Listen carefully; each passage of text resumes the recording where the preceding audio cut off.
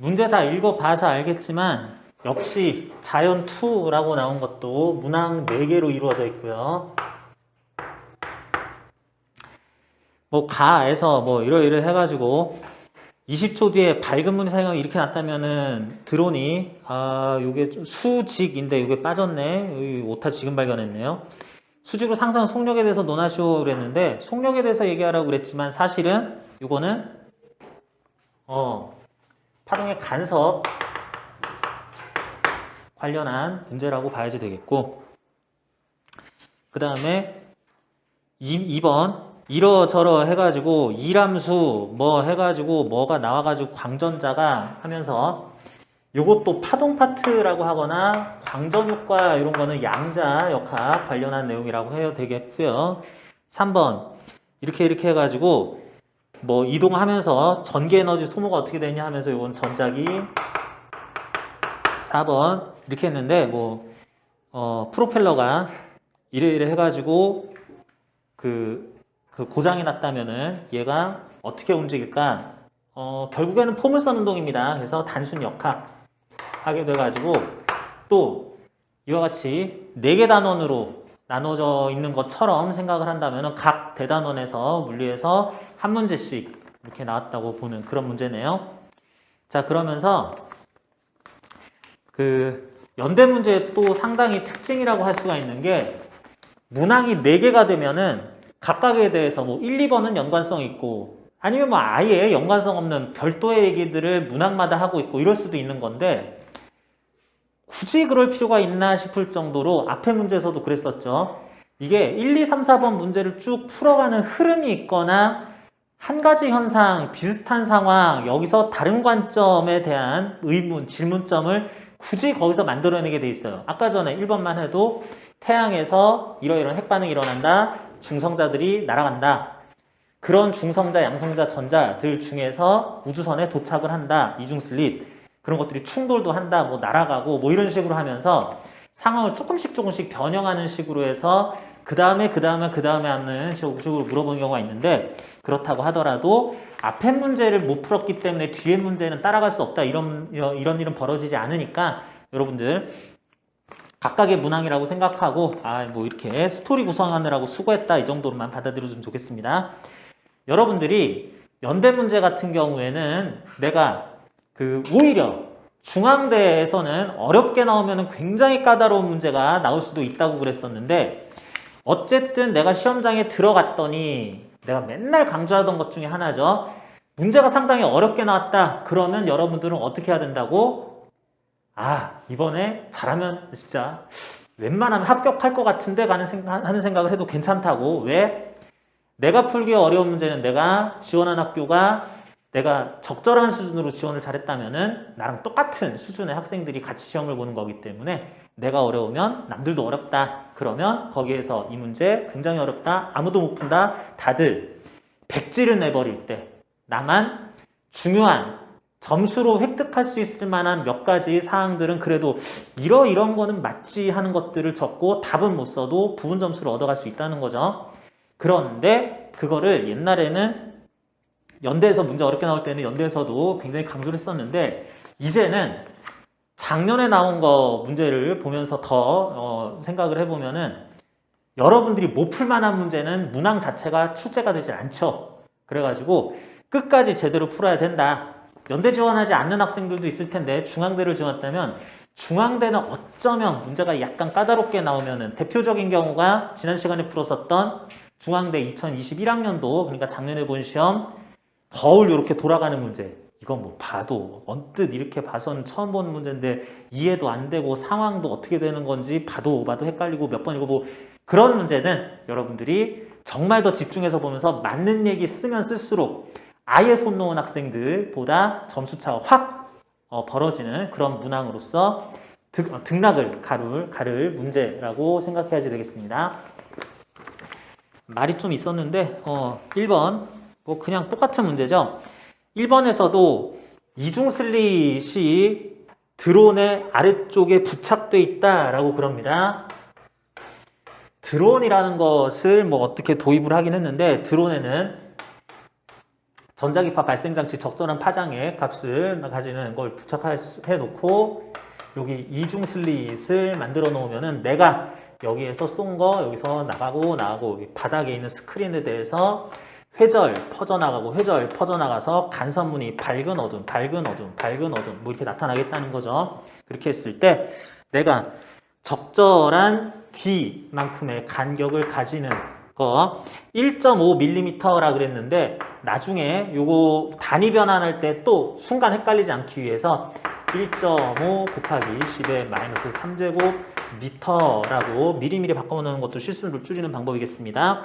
파장값이 퍼뜨려 나가는 것이 파장이 4.5 곱하기 10의 마이너스 7제곱미터라고 그랬을 때 이 이중 슬릿과 바닥면 스크린까지의 거리를 H라고 한다면은 한번 H라고 해보자. 지금 H였다고 치자라고 그러면은 여기 나타날 밝은 어둠 무늬간의 간격은 D분의 H 람다 지금은 이렇게 쓰면은 나오겠다.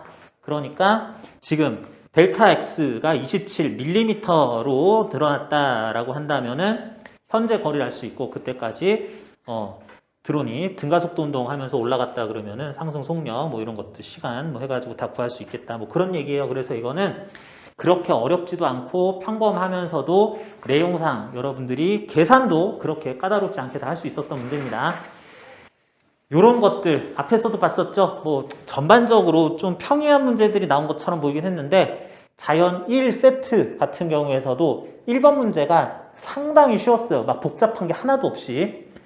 뭐 결국에는 공식 대입 숫자 계산 정확하게 하면 다 맞는 문제였었기 때문에 올해도 거의 뭐 확실하게 1번 문제는 문제 상황 빨리 파악하고 어떤 부분에 대해서 묻는 건지 빨리 파악한 다음에 핵심 내용 딱 이렇게 개요 잡은 다음에 주어진 시간 내서 4등분 해가지고 40분 써야지 그랬으면 10분 동안 풀지 말고 훨씬 짧은 시간 안에 빠르게 정리하고 넘어갔어야 돼. 낮은 난이도의 문제였다. 이렇게 전략도 좀 썼으면 좋겠습니다. 뭐 간단하게 드론에 대해서 이렇게 상승 속도 물어보는 문제였었고요. 이번 문제 나와 같은 상황에서 빛의 파장이 이러이러하고 이람수가 이렇게 했다 그러면서 뭐라고 나오긴 하는데 문제를 억지로 만들었다라는 느낌을 지울 수가 없습니다. 드론이 날아다니고 올라가고 옆으로 가고 그러면서 빛도 쏠 줄 아는데 했는데 이거 가지고 한 문제 더 만들어야지 뭐 할까 그랬더니 여기 적절한 금속에다가 이제 빛을 쬐었더니 광전자 이렇게 날아가는 거 여기에 대해서 이제 이람수 어쩌고 저쩌고 해가지고 그렇게 해서 이런 에너지 맥시멈이라고 하긴 했는데 요거는 서술에 대해서 잠깐 설명할 거고요. 와 같은 운동 에너지를 가지는 전자가 이런 뉴턴 값에 구심력을 봐서 등속 운동한다면 원궤도 반지름이 어떻게 될까라고 하면서 원운동에 대해서 얘들이 알고 있나라는 거 원운동 구심력 조건 제대로 쓸 수 있는가라는 것에 대해서 아나 모르나 확인하면서 그냥 뜬금없이 뭐 이렇게 해가지고 구해봤어 그랬더니 에너지 값이 나왔어. 그렇게 될 에너지를 가지고 원운동을 한다 치고 구심력 이렇다 치고 했을 때 반지름 한번 구해봐. 그러면서 구심력 센트럴 포스라서 FC라고 보통 쓰는데 센트럴 포스는 MR분의 V제곱 또는 MR 오메가 제곱이라고 쓰는 걸로 요걸로 이제 공식을 알고 있느냐라고 물어보는 거라고 할 수 있고 경우에 따라서는 MV제곱이 운동에너지니까 어떤 원운동하고 있는 물체의 운동에너지 이 K값을 알고 있다면 구심력의 크기는 R분의 2 운동에너지 R분의 2 곱하기 운동에너지라고 이거 아무것도 아닙니다. 뭐 공식을 따로 저런 공식도 있어 그런 거 아닙니다. 구심력의 크기는 MV제곱에 이렇게 되다 보니까 2분의 MV제곱의 2배의 R분의 뭐 이렇게 한 걸로 이렇게 해가지고 식을 미리 에너지를 안 다음에 변형한 다음에 R 값을 구할 수도 있다. 뭐 요런 걸로 추가적으로 설명을 하려고 그런 거예요. 자, 그렇게 되는데 어쨌거나 최대 운동 에너지 E 맥시멈이라는 얘기가 나오는데요. 자, 광전효과 관련해가지고 빠르게 얘기 한번 해봅니다. 요거 오히려 물리 1에서 나오는 걸로써 정리가 안 된 친구들도 있어가지고 광전 효과란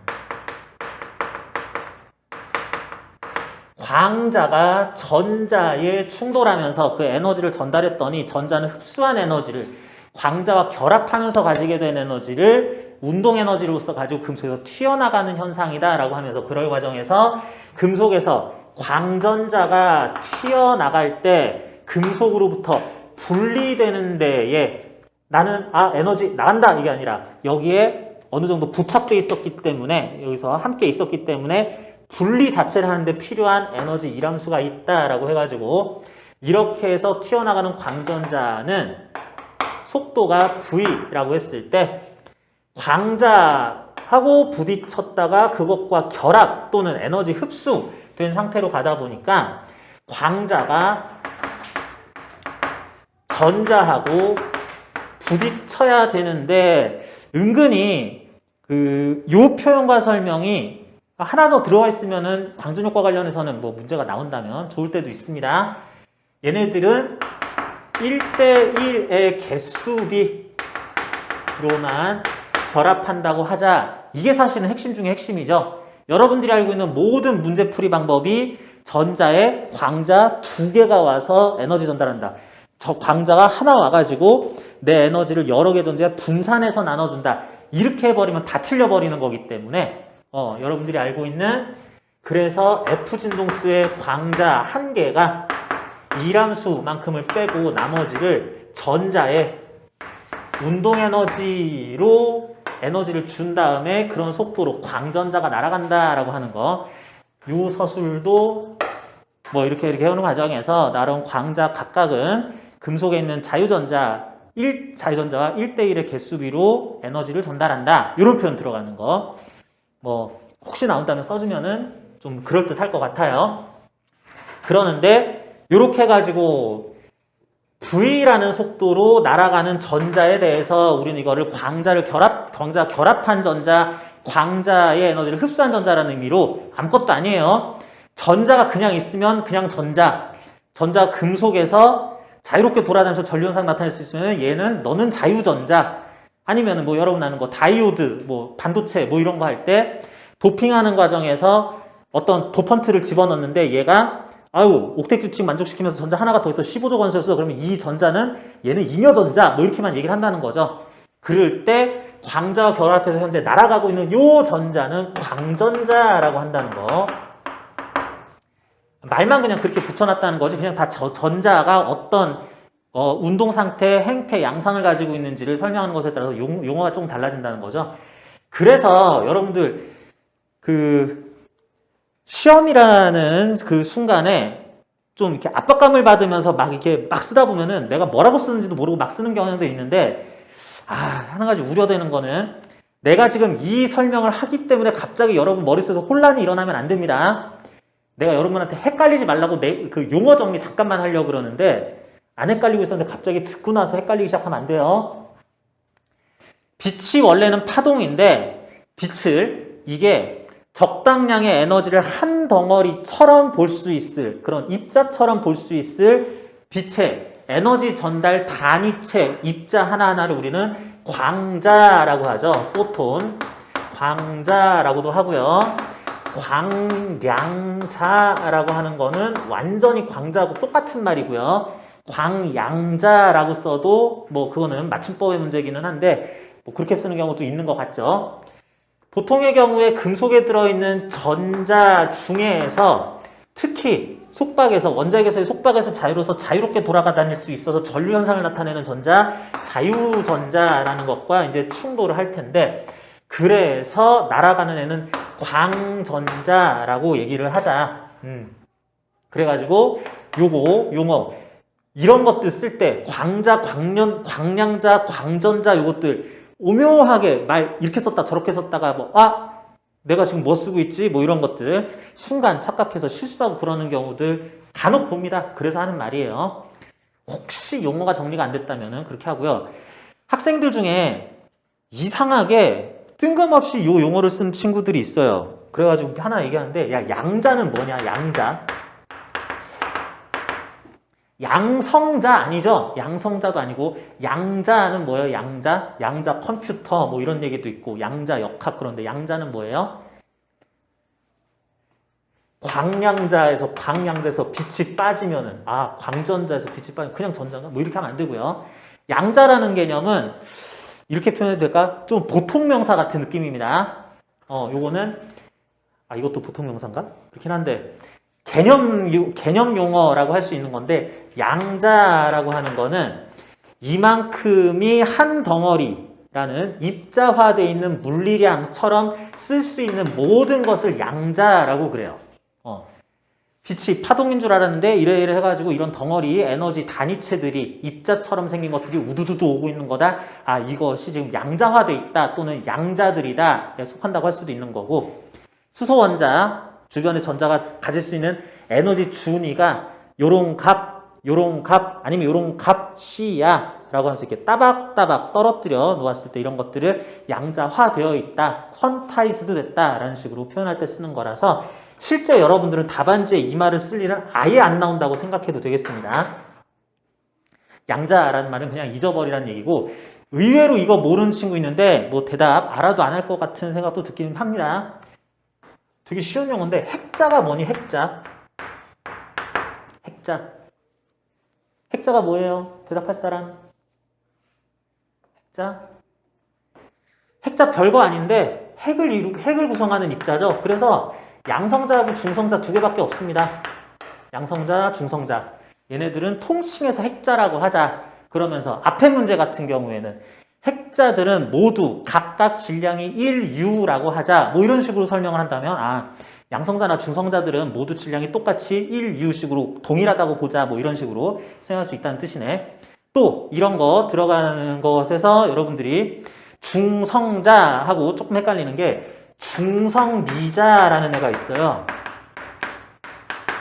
중성미자라는 친구가 있는데 이거는 중성자는 뉴트론이고 중성미자는 뉴트리노라고 해가지고 아예 그 중성미자는 렙톤 중에 이거 알 필요 없는데 렙톤 중에 중성미자들이 몇 가지가 있고 그리고 렙톤 중에 중성미자 아닌 것의 전자나 뮤온 여러분들 특수상대론에서 나오는 뮤온이나 타우온 같은 애들도 있어가지고 중성자하고는 아예 다른 녀석입니다. 중성자하고는 아예 다른 녀석이라고 하자. 중성미자, 뉴트리노라는 말로 뉴트리노들도 나오고 어쩌고 한다. 이런 것들은 여러분들 그런 게 있겠구나라고 생각하면 되겠고요. 이건 말로만 하자. 알파 입자 뭐니? 알파 입자.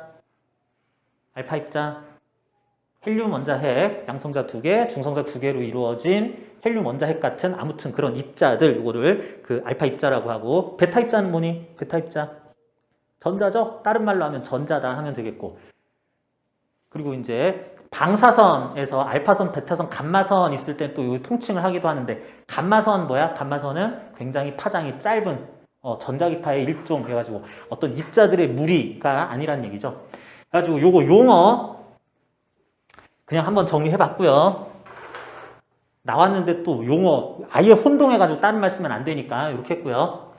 그리고 여기에서 여러분들이 그 문제에서도 이러저러 해가지고 광전자, 빛 흡수해서 광자 흡수해서 날아가는 그 전자, 광전자의 운동 에너지의 최대값 또는 최대 운동 에너지를 이 맥시멈, 이 맥스라고 쓰자라고 한다 그랬는데 이 맥시멈이라고 쓰는 이유가 뭔지 알아요?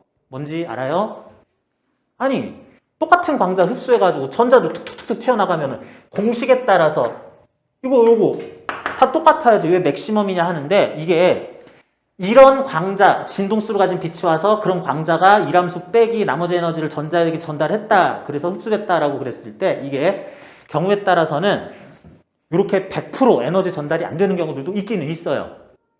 딱 이만큼 에너지를 흡수하는 경우들이 최대한 에너지를 흡수하는 거야. 그래서 이때 이렇게 계산될 속도가 그런 상황에서의 최대 속도가 되는 거라서 이 맥시멈이라고 해가지고 엄밀한 의미로 정확하게 여러분들이 이론상 얘기하는 것들을 그대로 답안지에 옮겼을 때에는 요거 다 최대 운동 에너지라는 말로 써주는 게 그래도 완전히 이제 그냥 대강 운동 에너지라고 쓰는 것보다 정확한 의미로 쓰는 겁니다. 이쪽 관련해서는 뭐 추가적으로 재밌는 현상도 몇 가지 더 설명할 것도 있지만 시험에는 안 나오기 때문에 일단은 넘어가고요. 광전 효과는 이래서 여러분 다 알고 있는 공식 조금 더 활용해서 문제 풀면 되는 거기 때문에 자, 그래서 여기 다 나오죠. 파장 람다 값이 이러이러하고 광자 하나의 에너지는 하 F라고 쓸 수도 있는데 람다분의 하 C라고도 쓸 수 있다는 거. 왜냐면은 F는 람다분의 C, 그래서 C는 F 람다라고 써야지 되니까. 그래가지고 여기서는 파장값을 빛의 파장값을 알려줬고요. 이람수가 W로서 2.0 일렉트론 볼트라고 나오는데 일렉트론 볼트 1 일렉트론 볼트는 1.6 곱하기 10의 마이너스 19승 줄이라고 하는 에너지의 단위 중에 하나로서 줄 단위의 좀 크기 훨씬 작은 뭐 이런 단위다라고 하는 거. 이 숫자까지 알 필요는 없는데 외울 필요까지는 없는데 아무튼 이렇게 생각을 하자. 은근히 이런 거 아주 기본상 뭐 이 단위는 뭐지 싶은 것들 용어 이게 뭐 말하는 거지? 핵자가 뭐지? 핵인가? 뭐 원자핵들 그것들을 얘기한 건 뭐 이런 식으로 생각해가지고 어이없게 실력 좋은 학생인데 뭐 문제 풀 때 힘들어하는 친구들 간혹 봐가지고 이거 나온 김에 정리해봤습니다.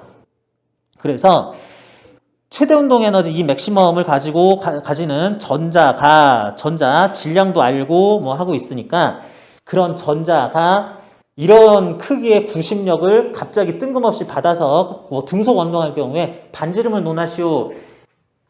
이게 요거 쓰자는 얘기죠.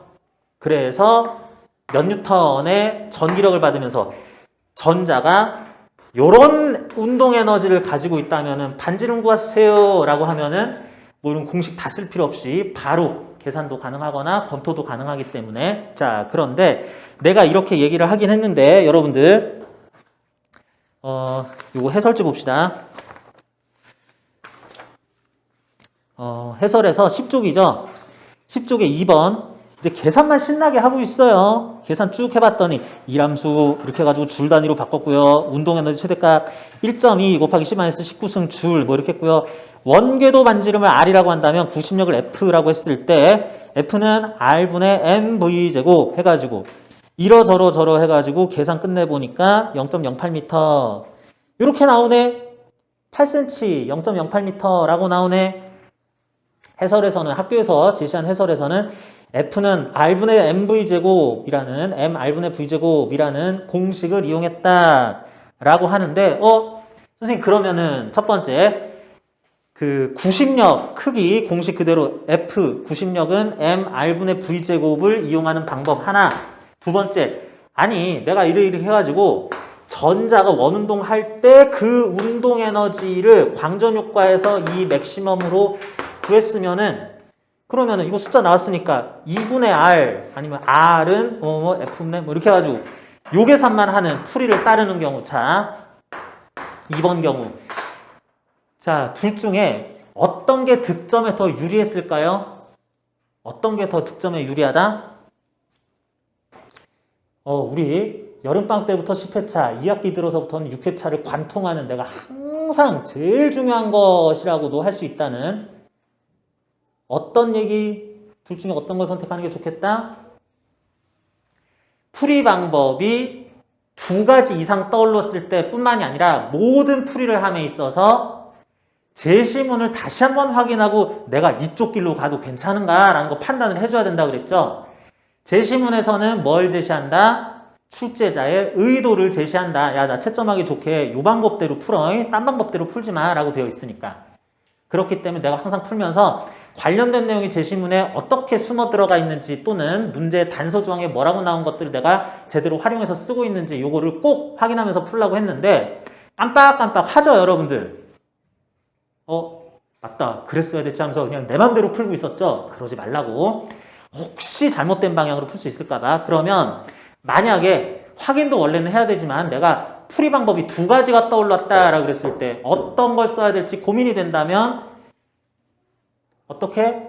제시문 보면 되죠? 제시문 보면은 가는 요 문제랑은 상관없고요. 나는 광전효과 얘기고요. 다는 뭐 이상하게 전자기후도 해가지고 상관없고요. 라도 해가지고 구심력 얘기가 전혀 없어요. 구심력이 전혀 없는데 구심력 관련한 공식이 나오고 뭐 이러이러 한다는 것은 뭐 공식 쓰는 거 뭘 쓰는지는 내가 관여하지 않겠다라고 생각할 수 있다는 거죠.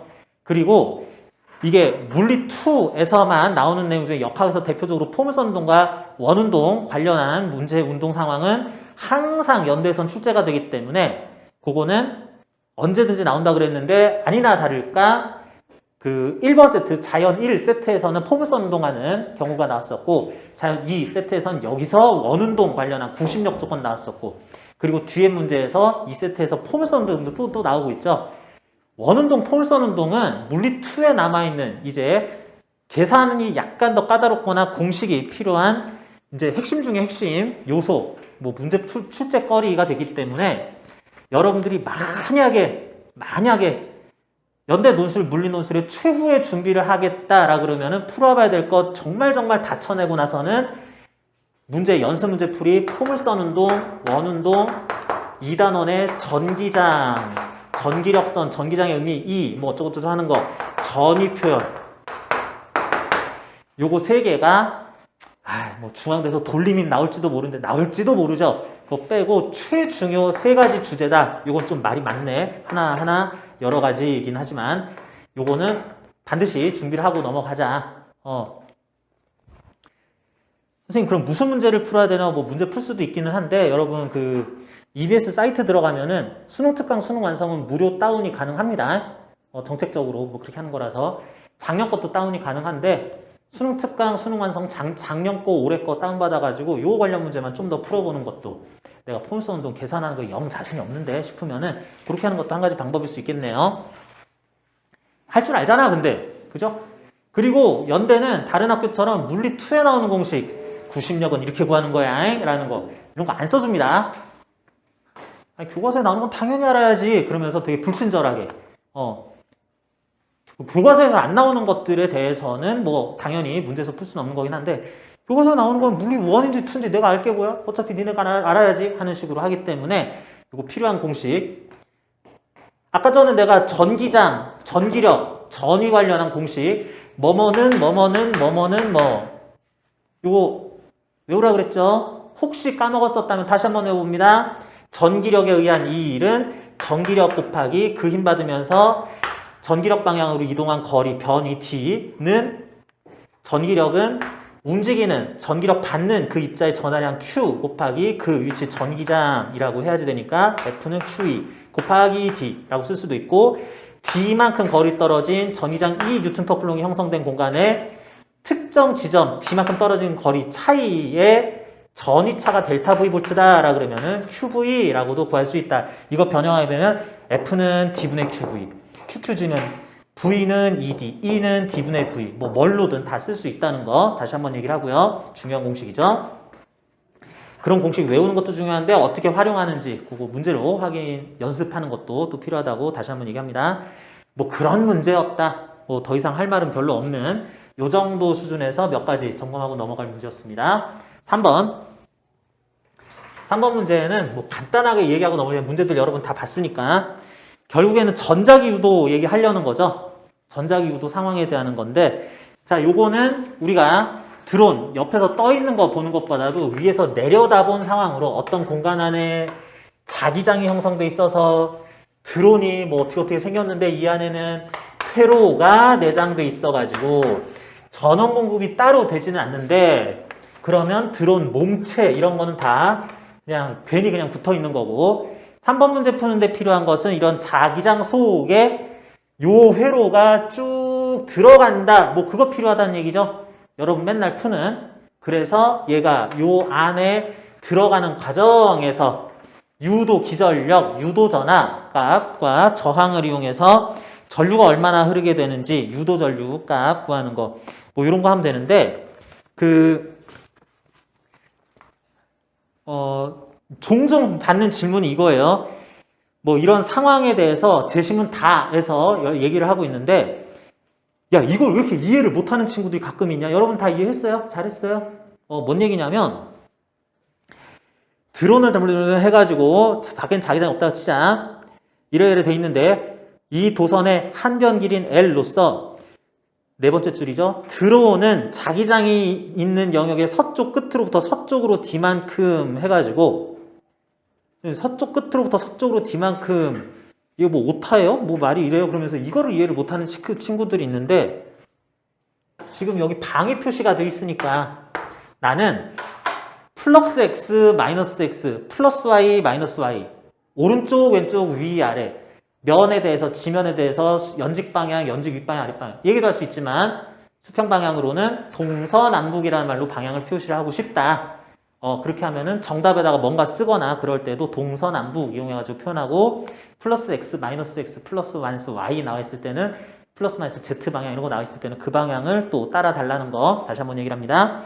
이런 영역이 그래서 제한된 영역에 서쪽 끝, 동쪽 끝, 북쪽 끝인데 서쪽 끝으로부터 다시 서쪽으로 몇 미터 떨어져 있다는 얘기죠. 그래서 이 표현을 조금 어렵게 생각한 친구들이 뭐 D미터다라는 거 그것 때문에 다시 한번 점검을 해봤습니다. 자 그리고 도선에 유도되는 전류의 크기와 방향에 대해서 논하고 그냥 전자기 유도죠. 그러면서 저항에서 소모된 전기 에너지의 크기에 대해서 논하시오라고 그랬는데 요거 중학교 때 나오죠. 그래서 여러분들은 중학교 다 나왔으니까 중학교 때 공부해서 알았어야 되는데 이제 거꾸로 그래서 모르죠. 중학교 때만 하고 고등학교에서는 이 전력값 구하는 거 회로 문제가 안 나오기 때문에 전 다 잊어버렸는데요. 이런 친구들 있습니다. 그거 좀 말지. 전력이라고 하죠.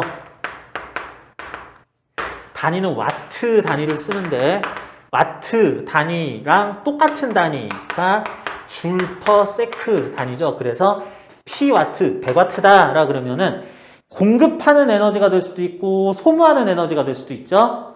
1초당 몇 줄씩 공급하느냐 100줄씩이다 100와트 1초에 50줄씩 소모한다 소모 전력 50와트 뭐 이런 식으로 쓴다는 건데 이건 어떻게 돼요?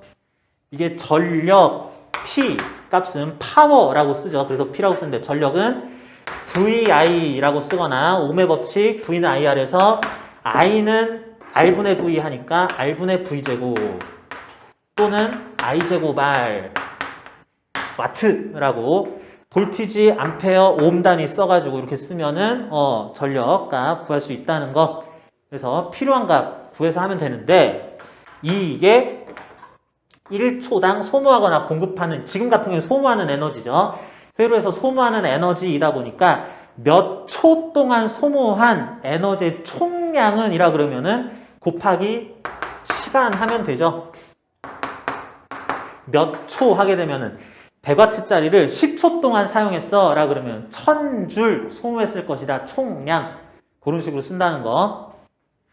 뭐 아무것도 아닌데 뭐 요거 좀 헷갈려가지고 모르는 친구들 깜빡한 친구들이 있어가지고 작년에 나왔으니까 올해는 안 나오겠지 싶기도 합니다. 옴의 법칙이나 저 전력 줄의 법칙 관련한 얘기는 그러는데 나올 것 같아요. 안 나올 것 같아요. 나올지도 몰라요. 그래서 정리 한번 필요했고요. 제시문 라의 상황에서라 그랬는데 제시문 라의 상황에서 6개의 날개를 가진 드론이 2개가 망가진다면은 그러면은 어떻게 되겠느냐 하면은 6개가 동등한 프로펠러였었다라고 그랬을 때 이게 이쪽끼리 뭔가 좀 기우뚱하지 않을까 뭐 그런데 그냥 뭐 이렇게 얘랑 대칭적인 부분에 있는 프로펠러 2개가 섰다라고 생각을 하면은 얘네들이 내는 출력에 또는 얘네들이 낼 수 있는 이제 그 프로펠러로 공기를 밀어내는 힘의 6분의 2가 사라진 거니까 나는 중력은 받고 6개의 도움으로 양력을 받고 있었던 것에 중력은 그대로인데 내가 받는 양력이 3분의 2로 줄었다라고 할 거라서 결국에는 R자 힘이 얼마 되는 것에 의한 중력 가속도 G의 3분의 2G 값의 가속도로에는 낙하를 시작하겠네. 뭐 요거를 유도해내라는 얘기인데 이게 말이 어려웠나? 요거를 프로펠러가 망가졌는데 그 다음에 얘가 어떻게 움직이는지에 대해서 아유 이렇게만 얘기하면 저거 어떻게 풀라고 하는 친구도 좀 있었습니다. 그러는데 뭐 물체는 그 등속운동 오른쪽 그 동쪽 방향 뭐 이런 식으로 한다 치고 양력과 중력이 항상 상쇄된 상태에서 직선 운동 할 줄 알았는데 양력이 줄어들었으니까 중력이 더 커져가지고 이제 이쪽 방향에 대해서는 R자임은 뭐 추가로 생각할 필요 없고 아래로 폼선 운동하는 경우 해서 높이 고려해서 그 지면에 도달하는 낙하 지점까지의 거리를 표현해봐라 뭐 그런 거였었으니까 그 연대 문제가 갈수록 문제 난이도는 진짜로 쉬워지고 있기는 해요. 문제 자체 풀이의 난이도는 쉬워지고 있기는 합니다. 그런데 그 요즘 학생들이 그 문해 능력, 독해 능력, 한국어 독해 능력이 좀 떨어진다라고 생각을 했는지 뭔가 이렇게 말을 꼬아서 설명하는 경우들이 있어요. 아까 전에 얘기했었죠. 연대 같은 경우에 출제에 된 문제에서 이게 뭔 소리지 싶은 두 가지 의미가 있다고. 하나는 세트 1처럼 아니 에너지가 왜 갑자기 생겨? 에너지 보존 법칙 위배되는데 하는 경우가 있다. 그냥 그러려니 하고 뭔가 이유가 있겠지 하면서 그 출제자의 문제 구성 조건 전제에 토달지 마라. 두 번째는 이게 뭐라고 써있기는 한데 내가 지금 상상이 잘 안 되네 라는 생각이 들 그런 식으로 나와 있는 거. 이건 좀 꼼꼼히 읽어줘야 되죠. 꼼꼼히 읽어주면서 요렇게 해서 요렇게 쓰면 이제 수식 완성되게 상황이 폼선 운동하게 요렇게 된다는 뜻이구나 라는 거를 여러분들이 꼼꼼히 읽고 좀 상세하게 읽으면서 체크해야 되는 뭐 그런 난점이 있기는 합니다. 지금 4번 같은 경우가 약간 학생들이 그런 식으로 물어봤던 문제에 해당이 돼요. 자, 그래서 실제로 여기에 해당하는 해설도 뭐 짧게 1번하고 2번은 계산 위주로만 해도 괜찮은데 3번하고 4번은 생각보다는 뭐가 주저리 길게 써 있는 것들이 제법 있습니다. 그러는데 요게 문제 표현에서 이런 식으로 나타났다라고 하는 것에 대해서 이제 물리적인 의미로 변환할 때 예를 들면 프로펠러 2개는 멈췄다라고 한다면 원래 얘들이 그러니까 프로펠러 2개가 멈췄다에 토달지 마 이게 아니라 프로펠러가 2개가 멈췄으면 원래 6개가 중력에 버틸 수 있는 양력을 만들어내고 있었을 건데 이것들이 다 동등한 출력을 가지고 있다면 2개가 멈추면 양력이 3분의 1만큼 없어지겠다라고 말을 하고 그런 상황을 정리하는 그 표현은 어느 정도 서술이 들어가긴 했어야 된다. 뭐 그런 뜻으로 받아들였으면 좋겠어요. 자, 그래서 전제 토달거나 뭐 상황에 대해서 당연히 전제하고 있는 것들에 대해서 부가 설명할 것까지는 없는데 문제 상황에서 설명이 요러요러하고 나왔으면 그게 무슨 물리적 의미를 가질지는 내가 해석을 해주는 건 답안지 서술이 필요하다라는 얘기 하겠습니다. 시간은 다 되기는 했는데 여러분 잠깐 논제 3 보면은 고대 기출문제예요. 고대 기출문제인데 너무 연대스럽죠? 그죠? 필라멘트 알 필요 없습니다. 필라멘트에서 강한 전압이 걸리면 여기서 전자가 방출이 돼요. 전자가 방출되거나 방전된다 뭐 이런 얘기도 할 수 있는데 그런 전자가 그 그림 왼쪽 끝 그 금속판처럼 생긴 거 거기에서 나와서 일단 정지 상태로 있었는데 여기 또 그거죠. 양 극판 사이에 V1 왼쪽이 마이너스 오른쪽이 플러스로 대전된 걸로 이렇게 되면은 그 두 극판 사이 공간에 전기장이 왼쪽 방향으로 형성이 되기 때문에 전자는 전기력을 받기 시작해서 오른쪽으로 가속이 되고 여기 빠져나가면은 최종 속도 V가 되는데 그때 가질 운동 에너지가 전자전하량 곱하기 V1 볼트, QV, EV 뭐 이런 식으로 표현할 그런 운동 에너지를 나중에 갖게 될 것이고 그걸 이 극판 하나 또 갖다 놨네. 위아래로 극판 만들어 놓고 여기다가 이번에는 극판 이렇게 만들어 놓고 요거를 요렇게 연결해 가지고 여기다가 건전지 연결한 건 아닌데 그런 건 아닌데 이게 V2 볼트야 이런 것까지는 아닌데 아래 극판을 접지시켰다라고 하고요. 그렇다는 얘기는 여기에 어떻게 해가지고 0볼트 전위를 주었다라고 하면 되는 거고 여기다가는 그냥 뜬금없이 V2 볼트요 뭐 이렇게 하긴 했는데 이런 건 대충 넘어갑니다. 요 극판 전위는 V2가 되도록 어떤 대전 상태를 만들거나 다른 것과 연결을 했나 보다라고 생각을 해서 결국에는 요거 문제 중에서 이게 마이너스일 수도 있는데 플러스다 라는 것도 문제에서 주어져 가지고 V2가 예를 들어서 플러스 5V였다면은 요 사이에 0V와 5V의 전이 차가 나도록 0V와 플러스 5V 전위가 더 높도록 전기장이 이렇게 형성되도록 전이 높은 곳에서 낮은 쪽으로 전기력선 그려주면 되는 거니까 그렇게 되면서 여기에다가는 등전이면 이렇게 그리면은 0, 1, 2, 3, 4, 5V 뭐 이런 지점에 등전이면도 그릴 수 있다는 거. 그렇다 보니까 여기 전자가 적당 속도로 들어오면 전기를 이쪽으로 받아서 또 포물선 운동 하겠죠. 이렇게 전위차를 주는 방식을 이용해서 가속시키거나 포물선 운동 시키는 그거를 두 개 만들어 놓고 이제 똑같은 식으로 적당한 속도를 만들어서 밑에 톰슨 전자가속기 그랬는데 이중 슬릿을 통과시켜서 D만큼 떨어진 스크린에 형광 스크린에 전자가 얼마나 모이나 확인해 보자. 요것도 일단 입자의 파동성 얘기한 다음에 그래서 얘네들이 그 보관관성 나타날 조건인 곳에서 전자들이 많이 모여요 라고 하는 식으로 그런 식으로 얘기하면서 풀어가는 거다. 그래서 여러분들 이 문제가 굉장히 연습 삼아 풀어볼만 합니다. 해설 보면 다 이해될 정도로 아주 어려운 문제까지는 아닌데 다시 한번 연대, 유사 문제 다시 한번 푸는 느낌이 날 정도로 굉장히 연습 삼아 풀기 좋은 문제니까 이것도 시간 내서 꼭 풀어보고 답안 확인해 봤으면 좋겠어요.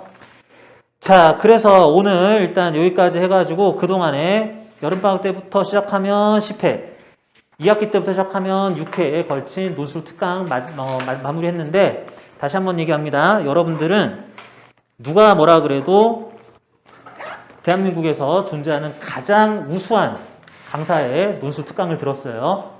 그래서 여러분들은 똑같은 실력의 학생들끼리 모일 내 복사본끼리 모여서 실력을 겨룰 시험장에서 월등하게 좋은 실력을 가지고 답안 이제 작성하는 방법 이것들도 월등하게 좋은 실력을 가지고 시험에 임할 거기 때문에 그동안에 있었던 여러 가지 내가 답안 작성 요령이라든지 주의사항 뭐 이럴 땐 이렇게 대처해야 된다 문제 풀 때 이런 특성이 있다 같은 것들 잊지 말고 재심은 매번 꼭꼭 확인하면서 옳은 방법, 바른 방법으로 풀고 있는지 그것도 체크하면서 주의사항 유의하고 시간 관리 잘해서 고득점에서 여러분 원하는 대학 학과에 다들 수시로 합격할 수 있었으면 좋겠습니다.